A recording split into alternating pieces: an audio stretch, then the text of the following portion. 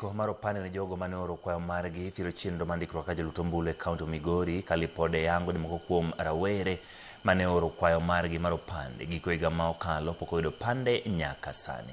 Afisa matayo chenro mar duolno mochung' yiero e kiewo IEBC e kaonti Migori Ben Museti wacho ni en adieri ni nitiere rawere mathoth mane oseoro kwayo margi mar opande mabende igeto e chenro ni ma nyaka sani pok oyudo opande.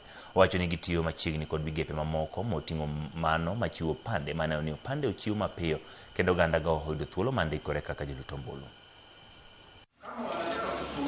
The main challenge we have got here from the engagements we've had since Tuesday is on people who don't have national identification cards. But we have also asked the Office of the Register of Persons for the county and the Office of the County Commissioner to see how they can hasten the acquirement of those IDs, especially for those who have registered. We can go to their homes where they are.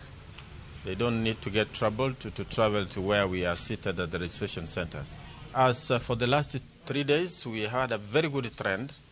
The figures we are getting back hit is averaging about 20 a day, which is very encouraging. But we still hope that going forward, when more publicity will be done, we may have more youths and more people turning up.